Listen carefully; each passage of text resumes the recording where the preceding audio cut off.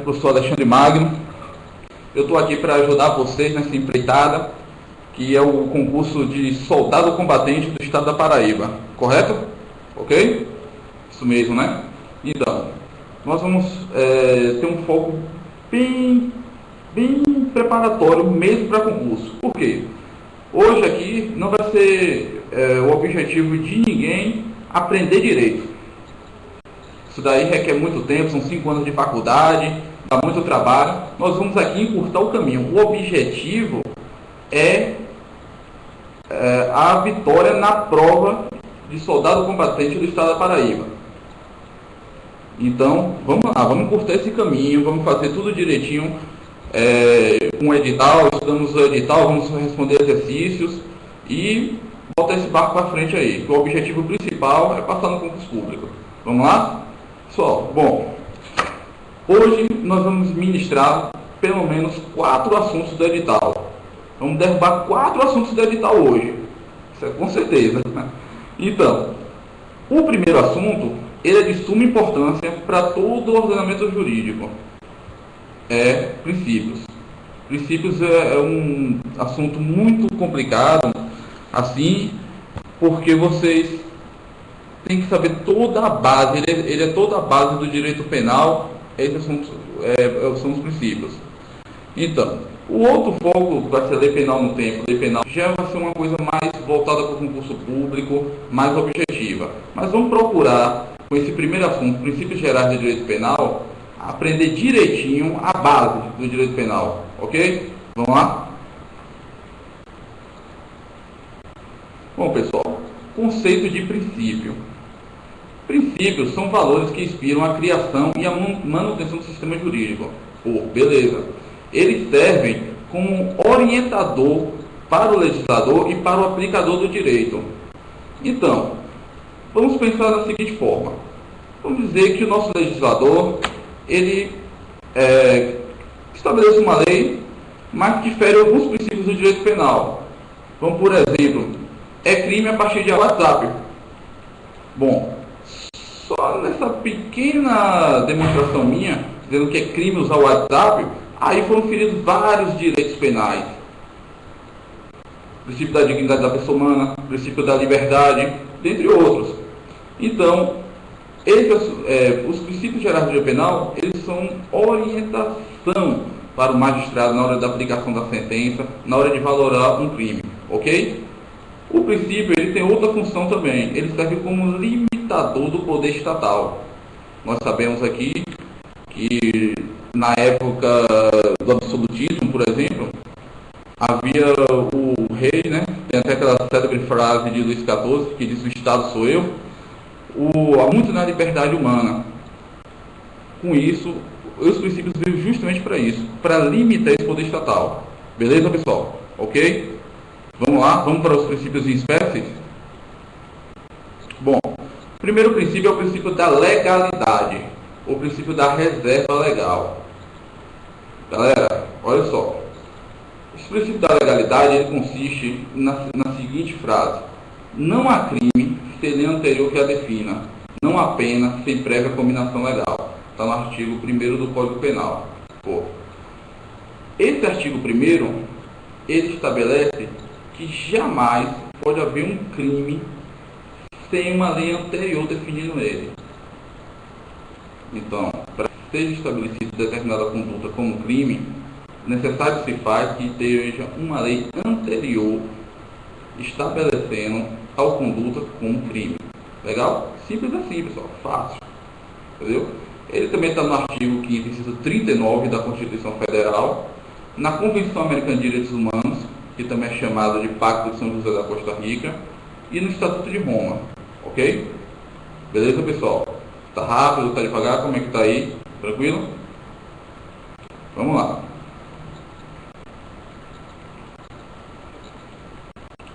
O princípio da legalidade, simples. Não há crime sem lei anterior que o defina. Não há pena sem prévia combinação legal. Mas nós vamos um pouquinho mais além.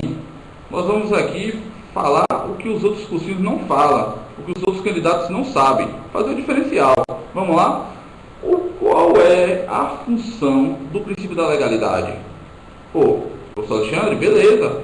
Nós vimos que o princípio da legalidade ele é contra a arbitrariedade do Estado. Nós vimos que ele serve como orientador para o magistrado. Vimos que serve como orientador para o legislador. Mas ele tem uma função bem interessante. A primeira dela, pessoal, é proibir a retroatividade da lei penal. Certo?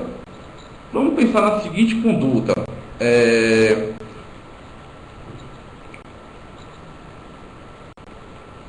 Vamos pensar na seguinte conduta. Matar alguém. Ele está ali o tipo penal certinho. Artigo 121 do Código Penal, matar alguém. Princípio da legalidade.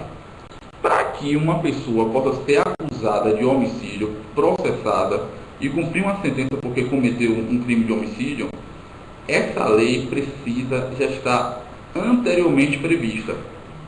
Então, se por uma aventura, vamos dizer assim, uma coisa teratológica, o Estado esquecer de tipificar o crime de homicídio e uma pessoa comete um homicídio e só depois é tipificada essa conduta, a pessoa não pode responder pelo crime de homicídio.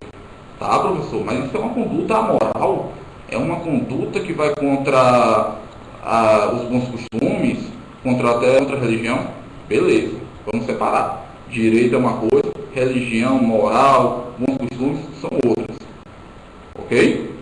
Então a gente já sabe. A primeira função do princípio da legalidade é impedir que a lei penal retroaja.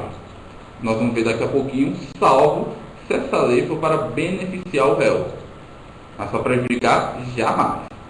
A segunda função, pessoal, do princípio da legalidade é proibir a criação de penas pelos costumes. Costume. O que é costume? Costume é aquela prática reiterada de atos que você se sente obrigado a fazer. Diferente do hábito. O hábito, ele é um vício, uma conduta corriqueira que você faz. O costume não. O costume você tem a obrigação de fazer. Pelo menos na sua cabeça. Você perceba que, por exemplo, assim, em famílias mais tradicionais, falando tal pai, eu tenho um costume na minha família. Para a família dele, aquilo ali é algo que deve sempre ser feito. Então, o princípio da legalidade evite que determinados costumes sejam tipificados como crime. Você seja processado porque tem um costume. Um exemplo, sei lá, quem aí... Tem pessoas que gostam de andar nu dentro de casa, é um costume, vamos dizer assim. Se, porventura, o princípio da legalidade não existisse, qualquer pessoa sem lei poderia ser tipificado como crime e você responder. Então, pessoal, a gente já sabe, costume não cria lei. Por quê, professor? Por causa do princípio da legalidade. Beleza? É a segunda função. A primeira é evitar a retroatividade da lei penal. A segunda é evitar a criação de costumes incriminalizador. Ok? Beleza, pessoal? Tá tranquilo? Vamos lá. A terceira função do princípio da legalidade é evitar o emprego de analogia em mala parte. O que é analogia, pessoal? Analogia é você pegar uma situação semelhante de um caso e usar por um caso que ele é parecido com aquele caso. O direito penal é vedado, pelo menos para prejudicar o réu. Certo? Para beneficiar, não. Mas para prejudicar, ele é vedado. Então, se, por exemplo, existe o crime de roubar carneiro, é uma pena de 20 a 30 anos, por exemplo.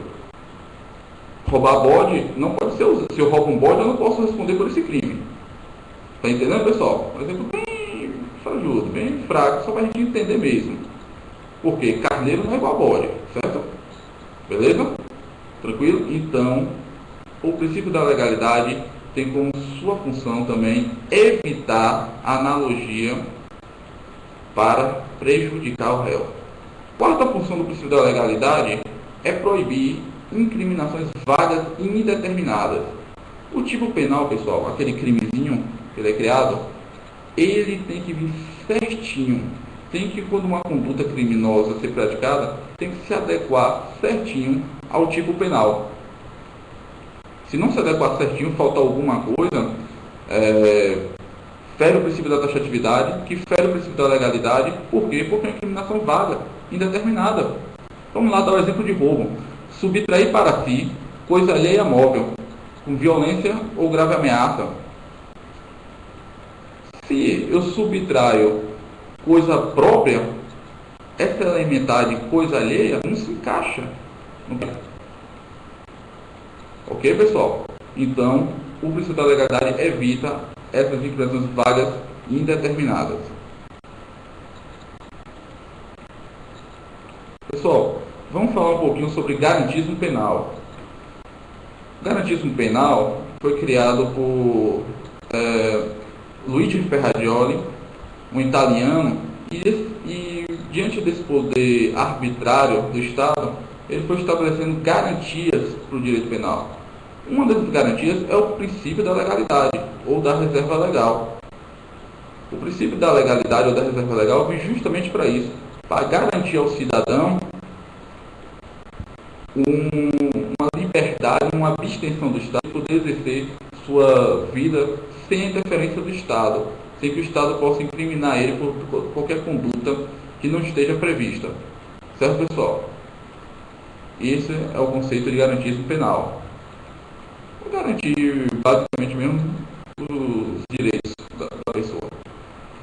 Pessoal, sei que essa partezinha é um pouquinho complicada, um pouquinho chata, mas vamos lá. Entendendo princípios, a galera aí pode perceber que vocês vão responder qualquer outra questão. Em qualquer outra questão, se tiver algo que vai contra o princípio penal, você não marca ela na prova gabarito. Ok, pessoal? Vamos lá. Vamos agora falar da legalidade formal. Simples. Ó, isso é uma coisa, entendeu? A prova, e se cair, vocês vão ter esse diferencial. Legalidade formal entende-se por a legalidade da obediência dos trâmites legais. Quando uma lei penal é feita, elaborada no Congresso Nacional, ela tem que seguir os trâmites penais, ser aprovada com determinado quórum, passando pelas casas do Congresso Nacional. E esse diploma legal, quando é feito corretamente, estabelecendo qualquer conduta criminosa, possui essa legalidade formal. A legalidade material, simples, fácil, é efetividade, é realmente uma lei que respeita o direito do cidadão. Beleza? Tá tranquilo, pessoal? Aí, vamos para frente. Assunto, pessoal, de suma importância. Direito penal não pode ser elaborado mediante medida provisória. A medida provisória é uma lei em estrito senso, em sentido amplo, é uma lei junto com leis ordinárias, leis delegadas, leis complementares e medida provisória, só que a medida provisória é somente nos casos de urgência e excepcionalidade, que o presidente da República, ou seja, o chefe do Poder Executivo, ele edita essa medida provisória em face daquele momento que está passando, aquele momento excepcional, aquele momento de urgência. A doutrina, também para a jurisprudência, direito penal não requer urgência, não requer excepcionalidade em você editar uma medida provisória. Por isso a Constituição estabelece que direito penal não pode ser exteriorizado mediante medida provisória. Então já sabe, caiu na sua questão. Determinada medida provisória estabelece condutas penais, vocês marcam errado. Direito penal não pode vir à baila através de medida provisória, certo?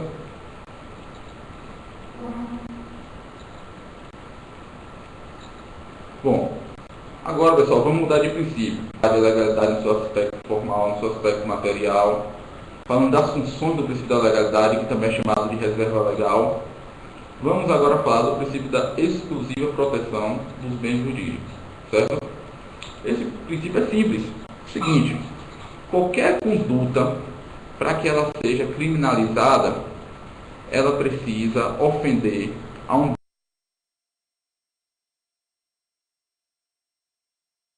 bem jurídico, ou pelo menos colocar esse bem jurídico em perigo. Então vamos pensar.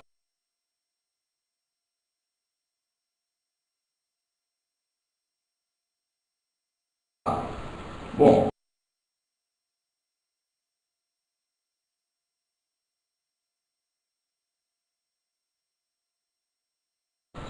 se eu estou dirigindo meu carro embriagado ou infringindo a lei seca, eu estou colocando determinados bens jurídicos em risco.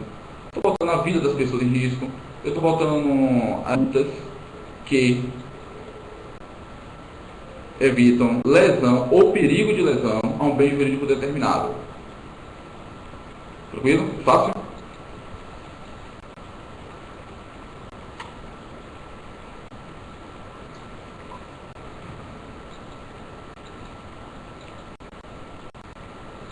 Princípio da intervenção mínima. O direito penal são casos de ataque muito graves a um bem jurídico. Pessoal, o direito penal, ele não é para resolver qualquer problema. Ele só pode resolver os problemas graves. Os problemas que os outros ramos do direito não possam resolver. Então, se há um problema de falta de pagamento de pensão alimentícia, quem tem que resolver é o direito civil. O direito penal, ele é muito duro para que seja resolver uma questão que é de família. Esse é o princípio da intervenção mínima. O Estado vai intervir através do direito penal de forma mínima na sociedade, de forma mínima na esfera de liberdade da pessoa. Sabe, o princípio da intervenção mínima, ele é o último átio.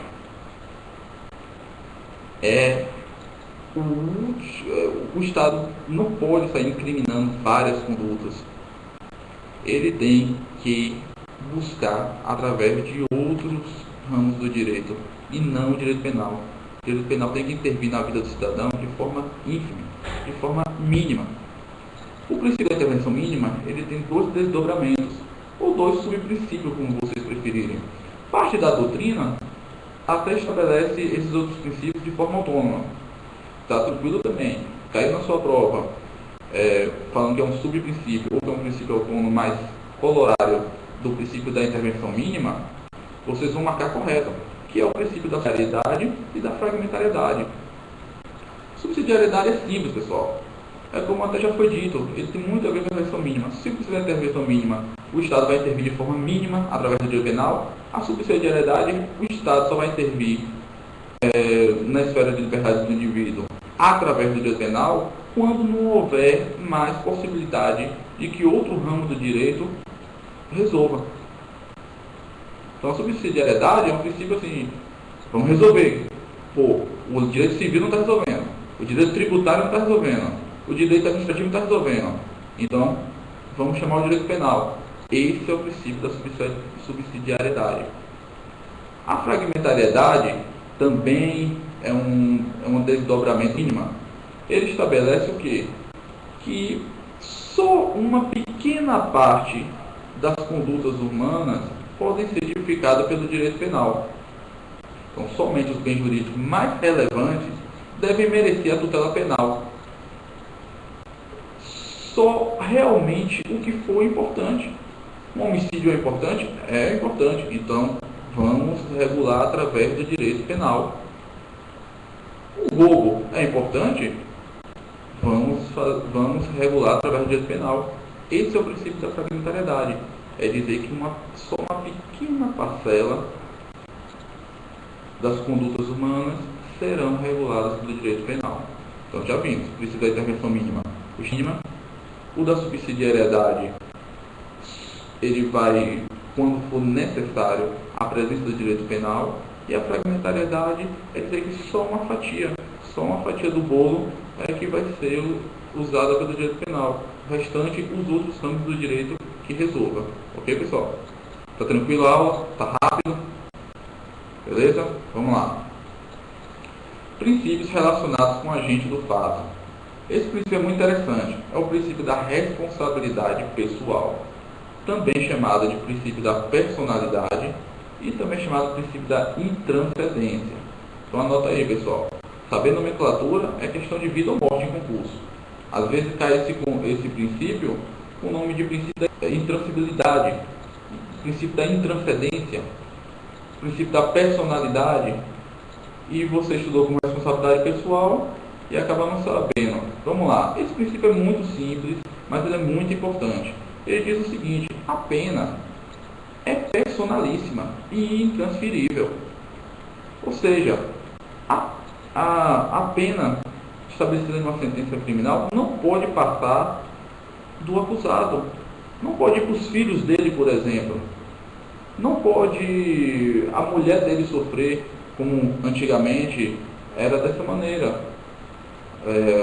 No Código de Hammurabi dizia-se que se um engenheiro construiu uma casa e essa casa caiu e matou o filho, o Estado iria matar o filho do engenheiro para compensar a morte do filho do dono da casa.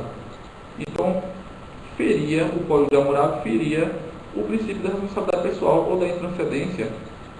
Perceba que a pena ela é personalíssima. Ok, pessoal?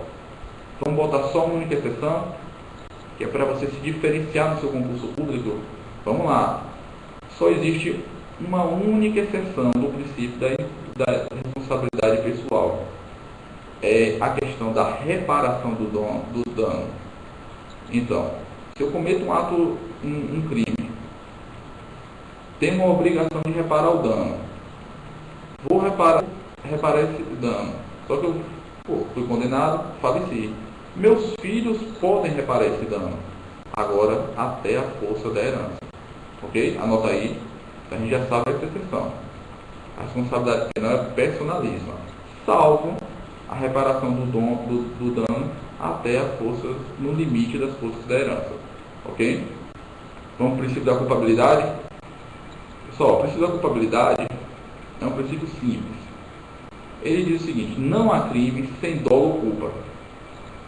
Ou seja, para que haja crime, tem que haver uma reprovação social da conduta e a pessoa tem que agir, no mínimo, com culpa.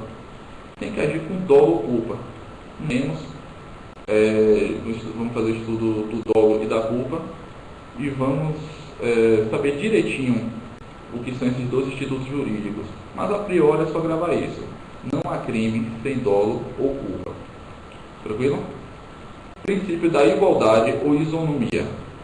O legislador e o juiz devem tratar todos de maneira igual. Esse é o princípio da igualdade. Todos são iguais perante a lei. Só que também, essa nós chamamos na doutrina de igualdade formal. É dizer que todos são iguais perante a lei. Mas existem determinadas situações, pessoal, que não tem como uma pessoa ser igual a outra. Por isso que essas desigualdades, a tratar as pessoas de forma desigual. É o caso das cotas. As cotas que houve para afrodescendentes nas universidades federais, foi justamente isso. Entenderam que esse determinado grupo, com o tempo, não teve os mesmos benefícios que os outros grupos tinham. Dessa forma, não pode tratar de forma igual, que é chamada igualdade formal. Nesse caso, necessita-se de uma igualdade material. O que? Tomar medidas desiguais para igualar eles futuramente. Por isso tem aquela célebre frase de Rui Barbosa, que ele diz que tratar todos de maneira igual e os desiguais de forma desigual, na medida de suas desigualdades. Tranquilo? Aprendeu, pessoal? Igualdade normal? Vamos passando para frente. Princípios relacionados com a pena. Aqui nós vamos falar dos princípios relacionados com a pena, com a sanção estabelecida na sentença. Vamos lá. O primeiro princípio é o princípio da humanização da pena. Ninguém será submetido à tortura nem a tratamento desumano ou degradante. Está na Constituição Federal, no seu artigo 5º, inciso 3. O próprio texto constitucional, ele também veda determinadas penas. Ele diz que não haverá pena de morte, salvo em guerra declarada. Essa sentença de morte, ela é fuzilamento, mas a gente já sabe. No Brasil não há pena de morte, salvo em caso de guerra declarada. Ok? A segunda é: não haverá pena de caráter perpétuo, de trabalho forçado, de banimento e cruéis. O próprio texto ele já define muito bem. Ninguém pode ser preso eternamente. Nosso limite de pena no Brasil é de cumprimento é de 30 anos. Ninguém pode ser forçado a trabalhar, nem pode ser banido do seu estado e nem pode sofrer penas cruéis, como cortar um braço, cortar uma perna, mutilar a pessoa, certo? Esse é o princípio da humanização da... Legal, pessoal? Vamos lá? Princípio da individualização da pena. A pena deve ser distribuída a cada indivíduo de acordo com as circunstâncias específicas do seu comportamento. Ele ocorre em 3 momentos distintos. Primeiramente, no plano legislativo, quando o legislador ele está elaborando a lei, ele tem que ter observância do princípio da individualização da pena. Ele não pode colocar penas, por exemplo, de 10 a 40 anos para um crime que não seja tão grave, por exemplo. Ele não pode botar penas excessivas ou com lapsos de tempo, muito. Então, o legislador, esse é o primeiro plano. O legislador, ao fazer a lei, ao elaborar as leis, tem que ter observância ao princípio da individualização da pena. O segundo princípio, a segunda secção, é sobre o seu prisma judicial. Nesse caso, quando o juiz vai aplicar a pena, ele tem que observar o princípio da individualização da pena. Certo? Na aplicação da pena, ele vai pegar o caso concreto, vai pegar as circunstâncias pessoais do agente para poder aplicar a pena. O terceiro caso, a terceira secção é no sentido administrativo, ou seja, na execução da pena. A execução da pena tem que ser de forma individual. Tranquilo? Ok, pessoal? Manda aí. Tá rápido? Tá tranquilo? Vamos lá? Então vamos lá. Então já viu, o princípio da individualização da pena, ele vai individualizar a pena de cada um. Foi esse princípio que vetou, que declarou a inconstitucionalidade da lei dos crimes hediondos, quando dizia que a pessoa tinha que cumprir a pena em regime integralmente fechado. Por mais que 2 pessoas tenham cometido o mesmo crime semelhante, eles não são iguais. Logo, pelo princípio da individualização da pena, cada um tem que ter a sua pena de acordo com suas condições pessoais, com suas circunstâncias, com seu caráter subjetivo. Esse é o princípio da individualização da pena. Vamos para o princípio da proporcionalidade. Esse é simples. Pessoal, o princípio da proporcionalidade diz o seguinte: a pena deve ser proporcional à gravidade da infração penal, sem desconsiderar as condições pessoais do agente. Bom, então se eu cometo um crime de lesão corporais, eu não posso ter uma pena de 30 anos. É desproporcional. A pena de 30 anos é a pena máxima do crime de homicídio qualificado. Não de uma lesão simples, por exemplo.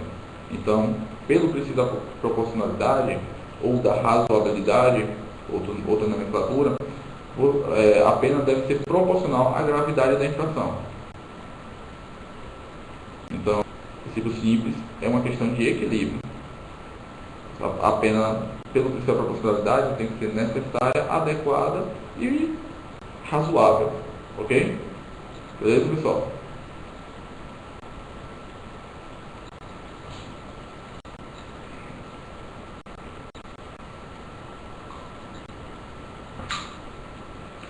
Esse princípio é muito importante. É o princípio da presunção da inocência ou da não culpabilidade.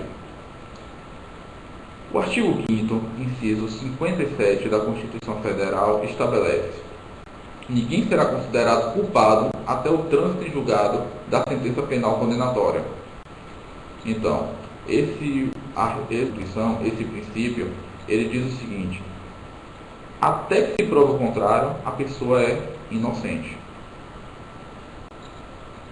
Ah, professor, mas foi pego em flagrante de delito. Vamos botar, lembra do caso da menina Luar? Todo mundo sabe que quem matou foi o Lindenberg. Estavam ali há 4, 5, 6 dias, viram que foi ele que atirou, etc e tal, está tudo filmado, está tudo registrado. Processualmente ele ainda vai entrar com a presunção de inocência. até que tenha uma sentença transitada em julgado, ele é inocente. Então, ele é inocente até que se prove o contrário. Esse princípio, pessoal, ele visa as premissas, que é evitar a restrição da liberdade do indivíduo. Por exemplo, as prisões cautelares, que vocês vão ver em processo penal, já viram, chamada prisão preventiva, prisão temporária, prisão em flagrante, ela não fere o princípio da presunção de inocência. Porque naquele caso, no caso dessas prisões, elas vão resguardar o processo. Logo, se elas forem imprescindíveis, a prisão é decretada e, com isso, não está ferindo o princípio da presunção de inocência ou da não culpabilidade. Ok? Simples. Então, o princípio da presunção de inocência, ele estabelece que a prisão cautelar pressupõe imprescindibilidade. Beleza? A segunda vertente desse princípio da prova é a responsabilidade da acusação. Quem tem que provar que houve determinado crime é o promotor de justiça. É a acusação, não é o réu. O réu pode se defender, permanecer calado, mas ele não pode ter o ônus de provar sua inocência. Quando ele entra em um processo criminal, o réu, até uma sentença transitada em julgada, ele presume-se ser inocente.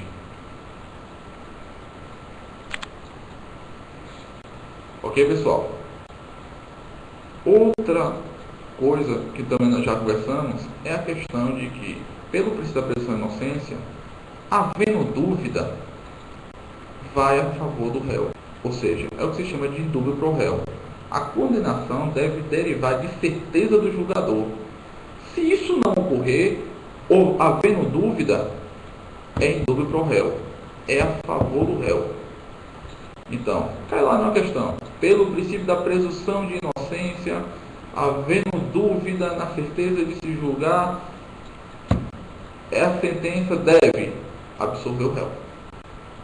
Certo?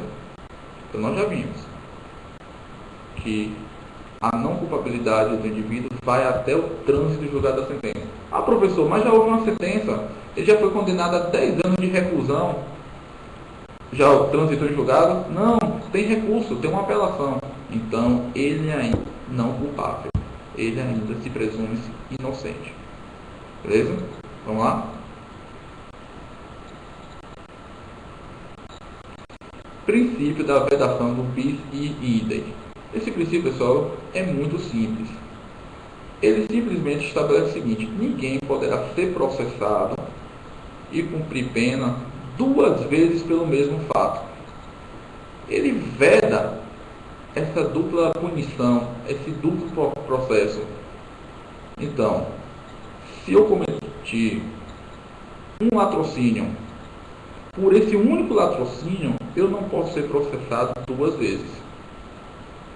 Não posso ser processado agora e sentença absolutória, chego mais para frente e ser processado novamente. Não, não posso, porque o princípio do bis e idem veda essa possibilidade. Ele veda, sobre o seu significado processual, que haja 2 processos. Sobre o seu significado material, ele veda que o réu seja condenado 2 vezes pelo mesmo fato. E pelo seu significado execucional, ele veda que o réu sofra a execução penal 2 vezes. Ok? Tranquilo, pessoal? Vamos lá, alguma pergunta, alguma dúvida? Está sendo muito rápido? Está sendo tão rápido como os gols da Alemanha não, né? Já passou, vamos lá. Valeu, Franklin, obrigado. Luan, com melhoras, ok? Chegou agora, né? Tranquilo. Vamos lá. Pessoal, eu queria falar de um princípio para vocês que é do processo penal. Mas, como ele tem muito a ver com o princípio da dignidade da pessoa humana, com o princípio da liberdade, e no dia a dia a gente vem à tona muito com ele, principalmente nas infrações de trânsito, eu queria dizer aqui para vocês, ele é o princípio da não autoincriminação, ou pode vir também na sua prova, no termo em latim, nemo tenetur si detegere. Esse princípio é simples, ninguém é obrigado a produzir prova contra si. Então, quando o guarda lhe para lá no trânsito, que ele vai, faz aquela, percebe que a pessoa tem teu alcoólico, está um pouco embriagada. O que ocorre? Ele pede para soprar o bafômetro, né? Ali vai fazer prova para você.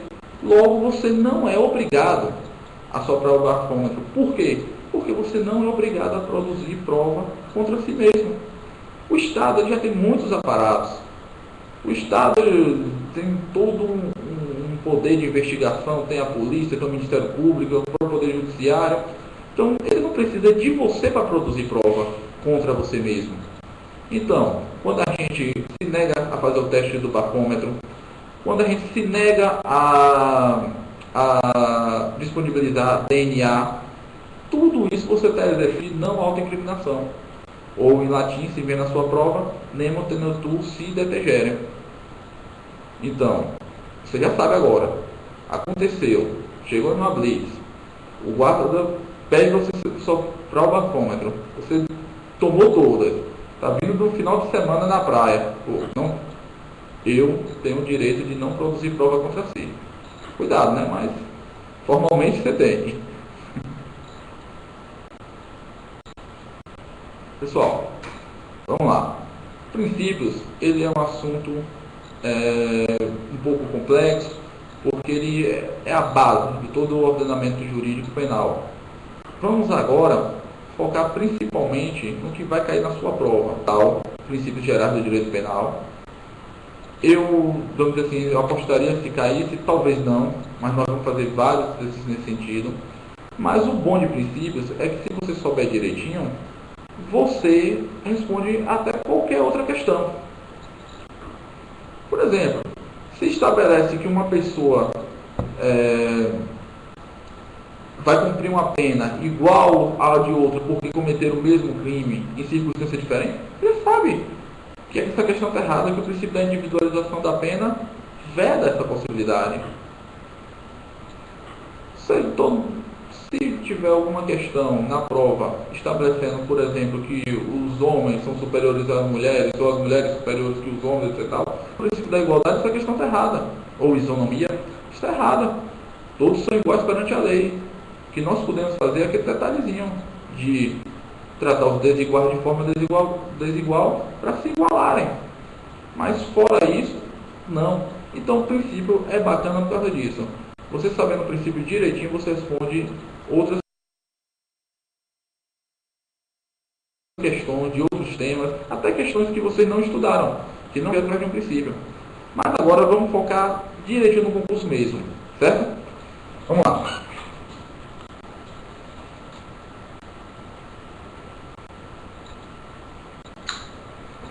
O primeiro assunto é eficácia da lei penal no tempo. Ô professor, o que é isso? Saber quando a lei penal vai tratar daquele assunto. O tempo que ela vai tratar. Ô professor, tem leis que estão aí desde a década de 40, o próprio Código Penal é da década de 40. Ele ainda está vigente no tempo. Mas teve leis que foram revogadas. Por exemplo, adultério. O adultério hoje, ele não é mais crime. Não é mais crime, adultério. Foi revogado em 2005. Então, hoje o adultério não tem mais eficácia penal no nosso ordenamento jurídico. Então, esse é o assunto que vamos ver agora, eficácia da lei penal no tempo. A primeira coisa que nós vamos observar é saber o tempo do crime. Quando se consuma o crime, quando se ocorre o crime. Está no artigo 4º do Código Penal. Eu vou ler para vocês. Considera praticado o crime no momento da ação ou omissão, ainda que outro seja o momento do resultado. O que isso significa, pessoal? O crime, o tempo do crime é estabelecido no momento da conduta, no momento da ação, no momento ou da omissão. Então, se eu disparo arma de fogo agora de uma pessoa, eu tenho 17 anos de idade, atiro, ela vai em coma, fica no hospital, 3, 4, 5, 6 meses, eu completo 18 anos, a pessoa vem a falecer, eu vou responder por homicídio de forma assim imputável? Não, porque na época do fato eu era inimputável, eu tinha 17 anos de idade. Vou responder pelo ECA.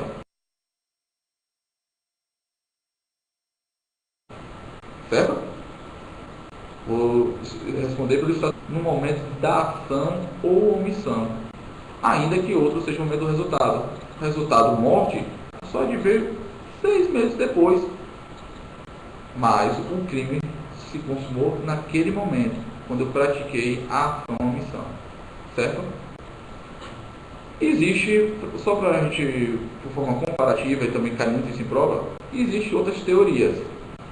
Certo? Teoria resultado considera praticado o crime no momento do evento do resultado, não é a que a gente adota. A teoria mista ou da ambiguidade considera praticado o crime no momento da conduta ou do resultado, também não adotamos essa. E como os próprios colegas aqui já viram, já observaram, a gente adota a teoria da atividade. Considera-se praticado o crime no momento da conduta. Ok? O colega fez até uma praxe nos cursinhos que nós temos aqui. Tempo é igual a atividade, lugar é igual a ambiguidade, forma luta. Bacana, valeu Franklin. Obrigado aí pela ajuda.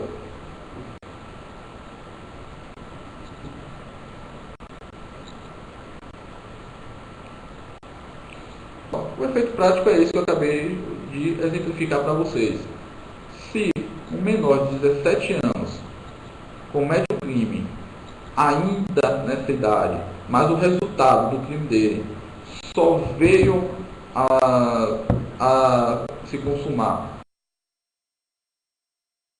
após determinado tempo, ele será inimputável para os fins penais, porque quando ele praticou o crime, ele tinha 17 anos de idade. Tranquilo?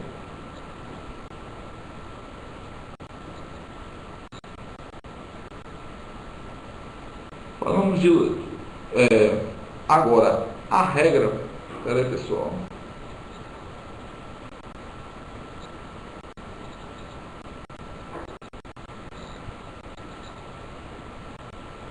Deu um probleminha aqui no slide.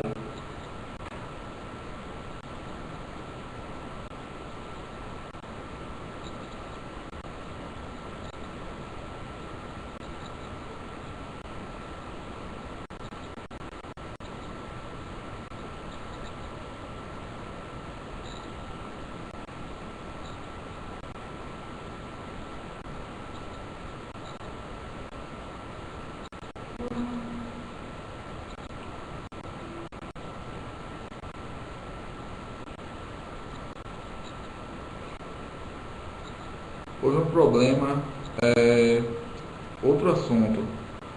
Mas vamos lá. Tinha um detalhezinho, vamos continuar. Falamos, a lei penal no tempo, em regra, ela é observada por esse princípio, tempus regiato. Eu quero que vocês anotem aí, tempus regiato significa o tempo regioado, certo? Então, a regra na lei penal é que aconteceu um crime, a lei que está em vigor é que vai tutelar essa conduta criminal, certo? Então, nosso Código Penal está em vigor. É ele que vai regular os crimes ali estabelecidos. Só que ocorre isso bastante interessante, que a gente chama de conflito aparente de leis penais no tempo. Por quê? Nós vimos lá atrás, pelo princípio da legalidade, que a lei penal não retroage, salvo se for para beneficiar o réu. Certo? Pessoal, tá ok? Está todo mundo nesse slide? Lei penal no tempo.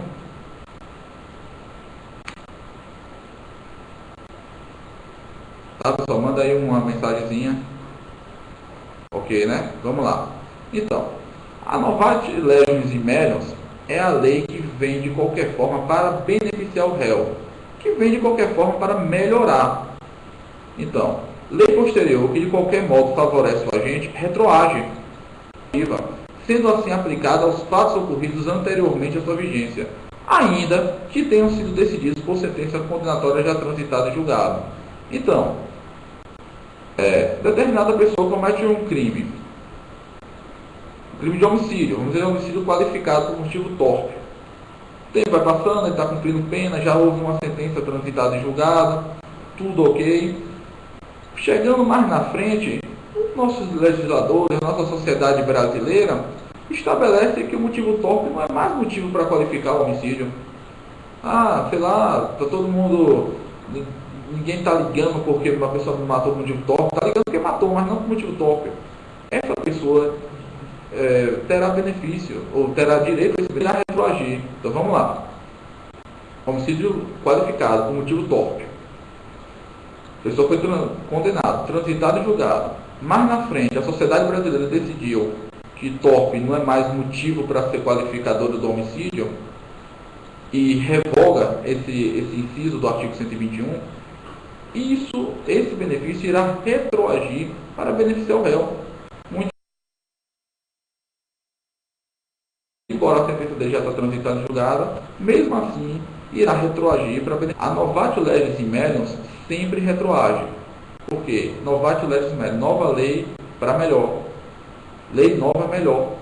Então, se a lei veio para beneficiar o réu, ela irá sempre retroagir. Certo, pessoal? Ok? Então, a gente já sabe. Em regra, o tempo rege o ato. Em regra, a lei penal não retroage, salvo para beneficiar o réu. Então, se cair alguma questão na sua prova dizendo que a lei penal não retroage, está certo. Salvo se essa lei for uma lei que venha trazer de alguma maneira algum benefício ao réu, alguma melhora. Certo? Foi dessa forma que o STF ultimamente tem julgado, porque várias leis vêm e retroagem, geralmente, para benefício para o réu. Existe, às vezes, a possibilidade de duas leis trazer benefícios distintos, mas que não podem ser aplicados cumulativamente, tem que ser aplicado uma ou outra. E inicialmente houve essa possibilidade de aplicar uma ou outra, depois teve juiz começando a combinar a lei, pegar o PTF e já decidiu. Ou você usa uma lei toda para beneficiar o réu, ou você usa outra. Não pode fazer essa combinação de lei. Então coloca um OBS aí, pessoal. Bota aí. OBS. Atualmente, o STF decidiu que as combinações de leis para beneficiar o réu. Certo? Proibido a combinação de leis para beneficiar o réu. Ou usam uma lei integral ou outra integral. Jamais um pedacinho de um pedaço de outro. Tranquilo? Novatio legis impérios. Lei nova que veio para prejudicar. Como já foi dito, pessoal, essa lei não retroage. Lei posterior que de qualquer forma prejudica o agente não retroage. Tranquilo? Beleza?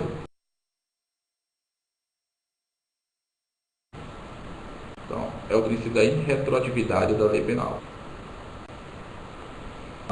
Continuando o conflito aparente de leis penais no tempo, nós temos a figura da novatio legis incriminadora. O que é a novatio legis incriminadora? É a nova lei que de qualquer forma veio para estabelecer alguma conduta criminosa.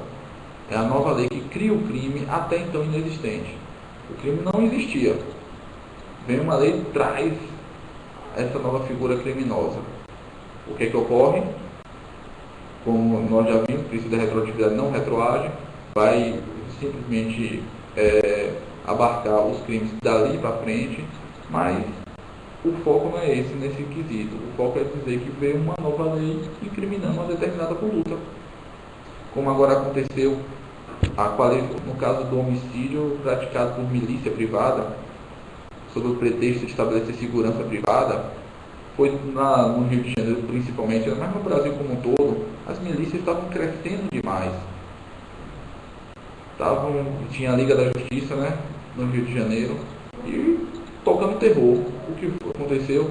Veio o legislador e criou o parágrafo 6º do artigo 121. Nele estabelece o aumento de pena de 1/3 até a metade para quem comete o crime se valendo de milícia privada, ou até para quem integra a milícia privada e tem uma nova que é o 288A, certo? Então, essa é um exemplo de novatio legis incriminadora. É a nova lei que cria o inexistente, ok? Abolitio criminis. Pessoal, escreve abolitio, mas se pronuncia abolitio, certo? Abolitio criminis é a supressão da figura criminosa.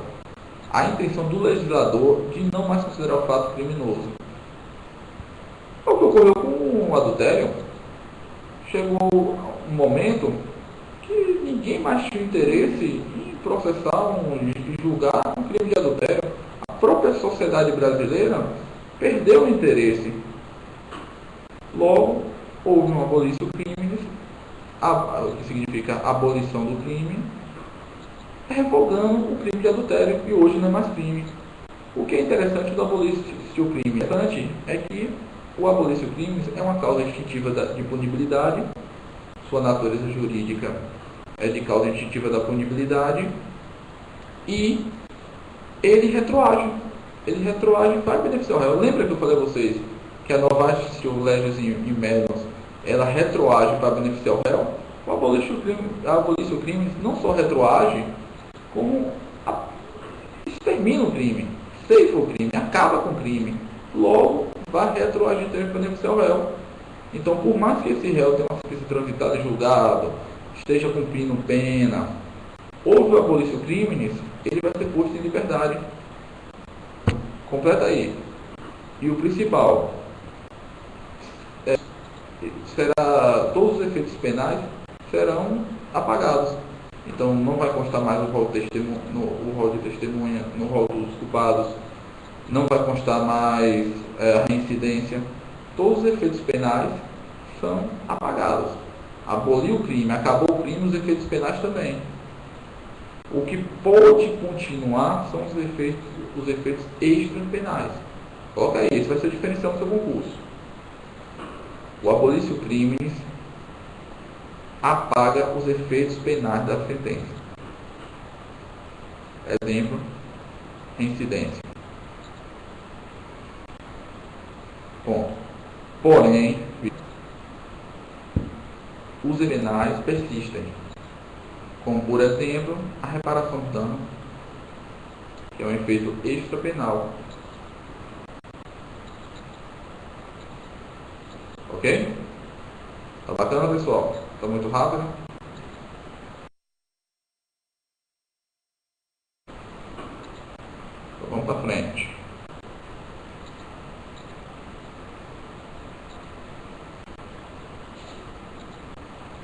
Isso, apaga os efeitos penais. Os efeitos extrapenais, não. Reparação do dano, mas um dos que é um efeito extrapenal. Os efeitos penais apagam. Aboliu o crime, acabou o crime. Ele pode estar preso, está no pena, se transitou em julgada. Acabou o crime que ele cometeu, apaga todos os efeitos penais.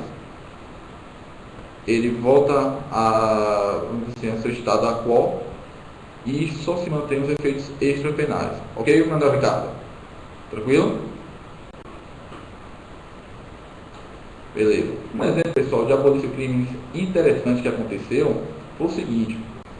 A lei de drogas, ela estabelece o crime de uso, de tráfico de drogas, mas ela não estabelece quais são as drogas, porque ela é uma norma penal em branco, que nós vamos ver, não está no seu edital, por isso que a gente não colocou agora, mas a gente pode até ver se encaixa ela um pouquinho mais para frente. Até um pouco a título. Vou explicar rapidinho para vocês o que é uma norma penal em branco. Uma norma penal em branco é uma norma incompleta. Ela tem seu preceito primário completo, seu preceito secundário completo, desculpe, mas seu preceito primário, ele necessita de um complemento. Então, não é que não há preceito primário, mas ele necessita de um complemento. O que é o preceito primário? O preceito primário é aquela conduta, artigo 121, matar alguém. Matar alguém é o preceito primário. O preceito secundário é o que está ali embaixo, reclusão de 6 a 12 anos. Homicídio simples. Desculpa, pessoal, de 6 a 20 anos. Que é homicídio simples, é o preceito secundário. A norma penal em branco, ela tem esse preceito secundário completo. No caso do crime de tráfico de drogas, é reclusão de 5 a 15 anos e multa. O que ela não tem é no preceito primário dela, aquela conduta que tem 18 verbos, ser completada. Ele precisa de outra norma para ser completada. Essa outra, por isso que a gente chama de norma penal em branco. Essa outra norma pode ser de uma mesma hierarquia, pode ser uma lei, completando uma lei, que a gente chama de norma penal em branco homogênea, ou pode ser uma norma penal em branco heterogênea, que é uma portaria, um ato infraconstitucional ou infralegal, completando uma lei. Isso daí é assunto de direito constitucional, né? A questão das normas, né? Das leis. Então o que acontece? Essa norma penal em branco, ela vai ser completada. No caso do crime de drogas, ela foi completada por uma portaria do Ministério da Saúde. E houve uma época, pessoal, que um funcionário do Ministério da Saúde esqueceu de colocar o lança-perfume na portaria. Simplesmente esqueceu. Como ele esqueceu de colocar, quando foi editada essa portaria, estava lá sem lança-perfume.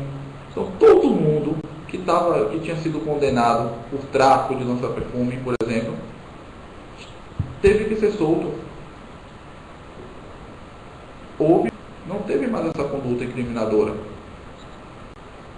Aí o STF manobrou direitinho para poder não soltar essas pessoas que tinham traficado ou usado o lança-perfume, mas isso aí não interessa no nosso concurso. O que interessa, essa história foi contada justamente para dizer isso, que o abolício crimes, acabando a conduta, a pessoa, por mais que seja transitada julgada sentença, por mais que esteja cumprindo pena, vai ser posto em liberdade. Ok? Tranquilo, pessoal? Vamos lá, continuar. Princípio da extratividade da lei penal. O que é extratividade, pessoal? Extratividade é a capacidade que a lei penal tem de se movimentar durante sua vigência, mesmo depois de ter sido revogada, ou de retroagir no tempo, a fim de regular situações ocorridas anteriormente à sua vigência. Pessoal, a extratividade é a possibilidade da lei penal ir para frente ou voltar, seja voltar para retroagir seja retroagir para beneficiar o réu, ou seja ir para frente para incriminar determinada conduta, ou até também para beneficiar o réu. Certo? A extratividade é gênero, que tem suas espécies na ultratividade, a lei vai para frente, e a retroatividade, a lei volta. Ele pega determinadas condutas. Certo? Então vamos lá. A retroatividade seria a possibilidade de retroagir no tempo, a fim de regular os fatos ocorridos anteriormente à sua entrada em vigor. Então a gente já sabe, determinadas leis, se for para beneficiar o réu, ela volta e beneficia. Ela já foi revogada, mas volta para beneficiar. Certo? Já outra atividade é quando a lei, mesmo depois de revogada, ou fim do período de vigência, continua a regular fatos ocorridos durante a sua vigência. Aí, pessoal, nós vamos ver nas leis temporárias e excepcionais. Nós vamos perceber que as leis temporárias e excepcionais, elas possuem ultratividade. Elas conseguem ir para frente e regular determinadas condutas que não deveriam regular, pois elas já não têm mais vigência. Deveria ser o tempo régio. No caso das leis excepcionais e leis temporárias, elas têm essa ultratividade, ok?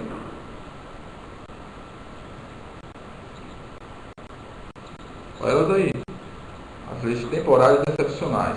Vamos dar o conceito de lei temporária? Lei temporária tem prefixado em seu texto, o tempo de sua vigência. Bom, pessoal, o que aconteceu agora com a lei da Copa? A lei da Copa foi criada uma lei regulando toda essa atividade esportiva que aconteceu agora, a Copa do Mundo aqui no Brasil. E essa lei ela tem vigência até dia 31 de dezembro de 2014. Ou seja, a lei já nasce sabendo.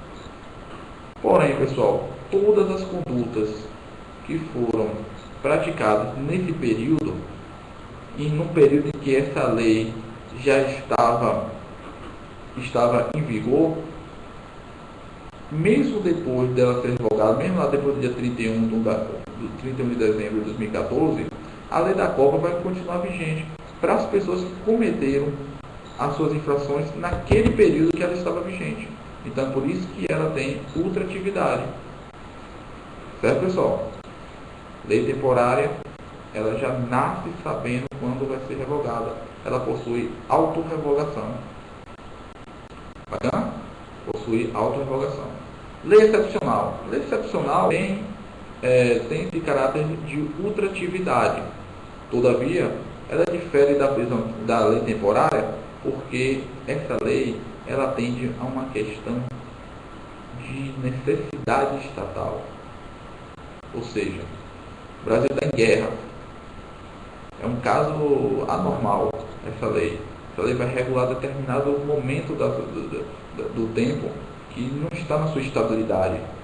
Então, se está acontecendo uma instabilidade institucional, uma guerra, uma calamidade, o legislador cria uma lei excepcional para regular aquele momento. Por exemplo, vamos imaginar, greve da polícia. Greve da polícia, quando acontece, vira um caos. Certo?